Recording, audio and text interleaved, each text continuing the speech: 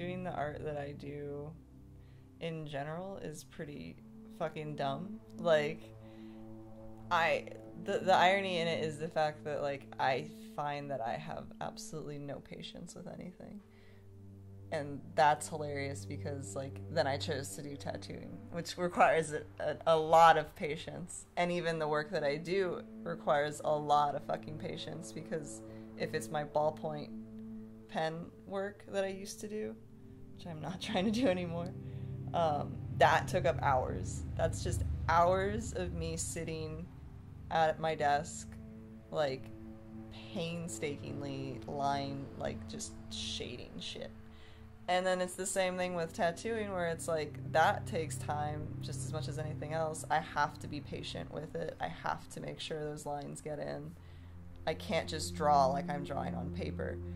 And I don't get it. Like, I don't get what the fuck my problem is that drove me into doing this, because I have zero patience with people or myself or anything else in this world, but I guess that might be the only fucking thing I have patience for.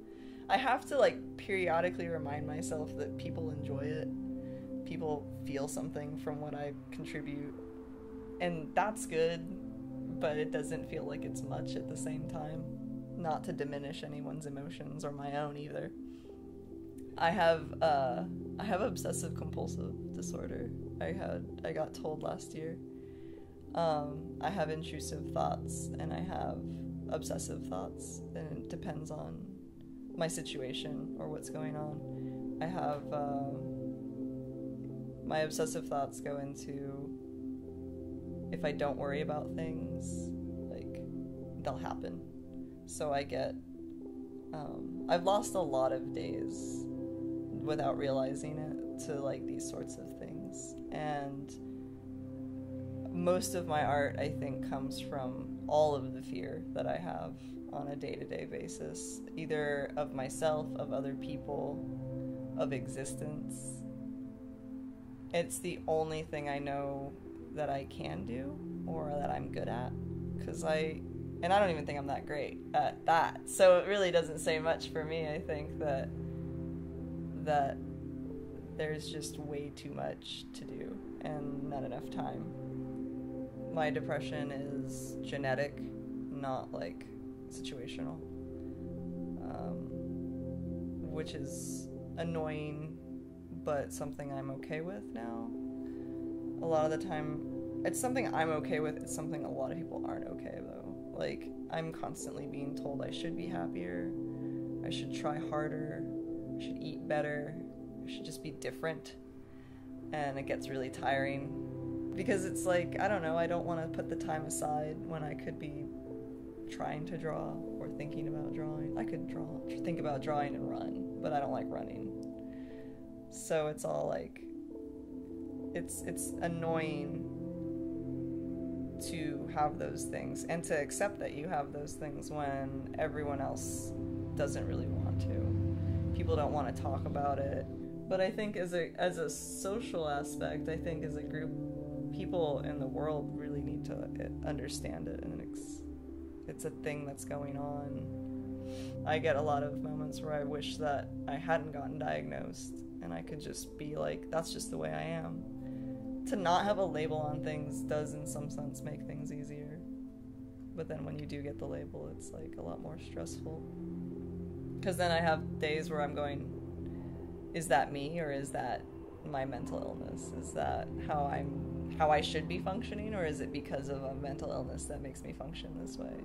Part of me continues and can be okay with that because I have art, and I can convey how much I dislike this world through it, and or people can completely get another reading out of it, and I think that's amazing too. Like, I've done so much work where it's really open-ended, and I have a message that I know that I'm trying to convey, but then I'll have people commenting what they are thinking or they're feeling or seeing or getting from that, and that's just as cool to me.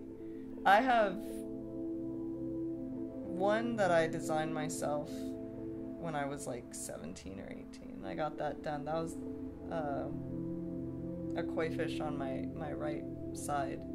And I got that done when I was like 18 or 19. And since then, the only ones that I've done on myself aren't necessarily even my designs. They're just things that I drew that I thought what I would get enough like practice out of, like on my legs. But they're not really anything like designy. It's like I have a cat skull, and then I have a cat, and then I have a snail too, because whatever. Tattooing for me has always been something I was fascinated in. Like when I was a teenager and younger, I fucking loved books about Native people and their, you know, their design work, what it meant to them, why they did it. It's usually always like a coming of age sort of thing. You've made it to become a man or what have you, or it's a sign of beauty to a lot of people, and I thought that was the best part. Like, it's unconventional. I still don't understand why everyone does it, and still we think it's bizarre to tattoo ourselves, to put ink under our skin. But I was just fucking fascinated with the shit.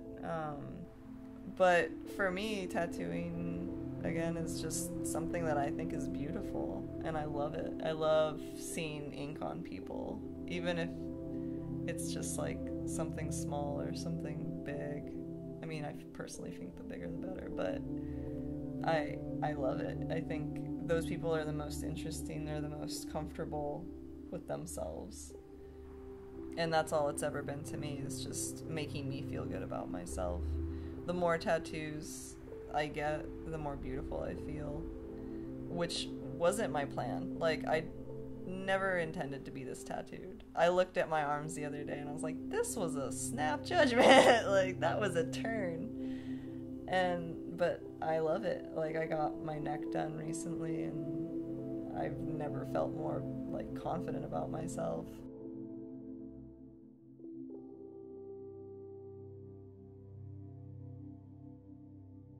I'm Natalie Hall, and I'm fortunately still here.